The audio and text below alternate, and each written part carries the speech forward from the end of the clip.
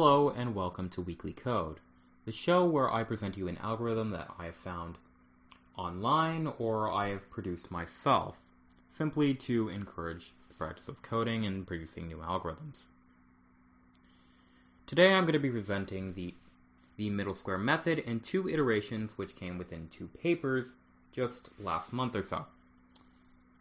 The middle square method is a random number generator produced by John von Neumann in 1949.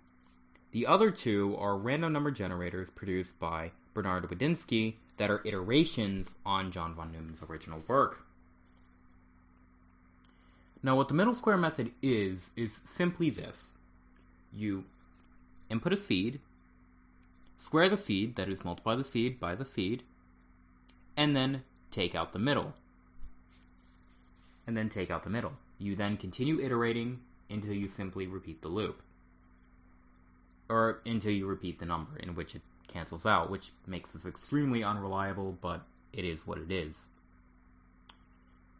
The thing about this is, of course, what I just said, it's extremely unreliable. And eventually, if you have it go on and on and on, eventually it's just going to equal 0.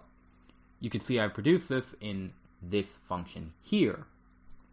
So of course, you add the seed, which we have up here, you square the seed, and then you middle it by using zfill.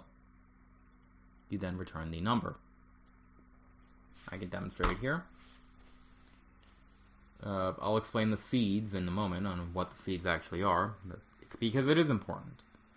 But here we get a pretty good run, but you still get this random integer in there. It is a little strange. You still get this random integer in there.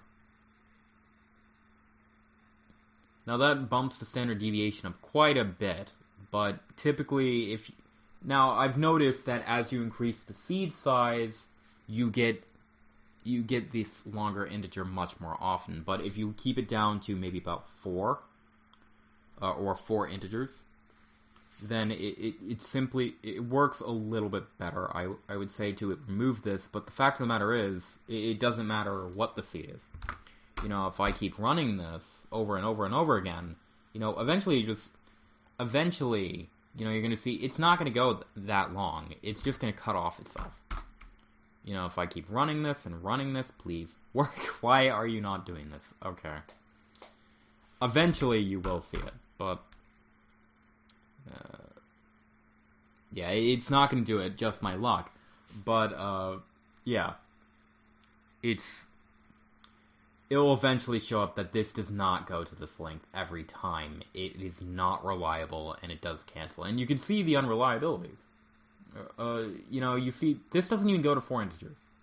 This doesn't even go to 4 integers. It's very unreliable. It's as simple as that.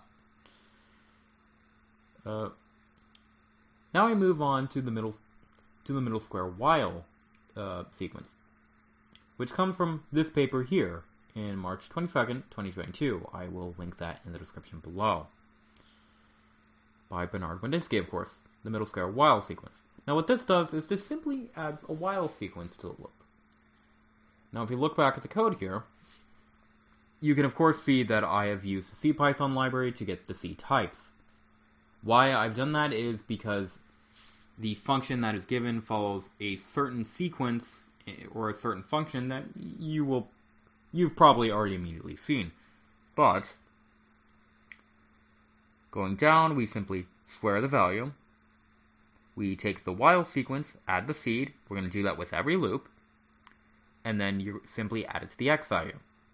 Now, to middle out the x value, we notice that this is going to shift because we've gone beyond the maximum integer possible. And this is why the Python integers simply wouldn't work, because you need to specify what the integer is. What we do is we shift the bits by 32. And in doing that, we suddenly get the bottom back. And in such context, we have middled it out. Then you return the x value. I do this 20 times, so we get this middle one right here. Much more consistent. You see that this simply works a lot better, and I can keep running this over and over and over again. You can see it's much more consistent than the original middle square method, which I think is really cool, because all it's done is added the seed every loop. And it works fantastically. Absolutely brilliant, I would say. I should probably mention, or I probably should have mentioned beforehand, that the variance in standard deviation, that's what the deviation is, the variance in standard deviation, those both are just statistical methods to simply measure how close something is to the mean. If it has a much higher number, then that simply means it's much more random and much farther from the mean. Or numbers are much farther from the mean. So if we look at, the standard deviation here, note e plus 18 is 10 to the 18th power. You're multiplying that by 5.34. So this obviously has an extremely high standard deviation. Very reliable. It works really well. Generally much higher than the middle square method, or the original middle square method. Moving on, we have the fast counter-based middle square method that comes from this paper, which I do not have at the top. This paper, also by Bernard Badinsky, March 15th, 2022. Looking at this, now all it does is it simply adds a sorry, my mind blanked for a second. We already have the while sequence. It adds a counter. There we go. It adds a counter every time, and it iterates 3 times. Now it says this is the most random. If we look through this is about the same, except we have a counter. And of course it iterates 3 times. Multiply the w value by the s value. The y value equals the w value, which of course is the while sequence. The z value equals the y value plus the s value. Then you're going to get the x value equals the square of the x value plus the y value, of course. And you're seeing it's just going to continue going down this road where it's essentially the exact same thing. We do this 20 times to get the third number set right here. Beautiful set. I'm not going to say which one is better. The third one may be better. The second one may be better. But either way, both of them are better than the middle square method. I'm saying that right now, that both are better than the middle square method. I'm not going to deny that. That's very simply the case. Much less predictable, I would say. Now I should, of course, mention, because of how these two work, and I've used the same seed system for the original middle square method, just because it works simply better for the middle square method as well, is that you should be using binary sequences or number sequences in general that are not too dense or too sparse. And specifically what the paper recommends is that one side should be all zeros and the other half should be all ones. Or it doesn't have to be a 50-50 split, but it should just be one general side should be all zeros, one general side should be all ones if you convert this to binary.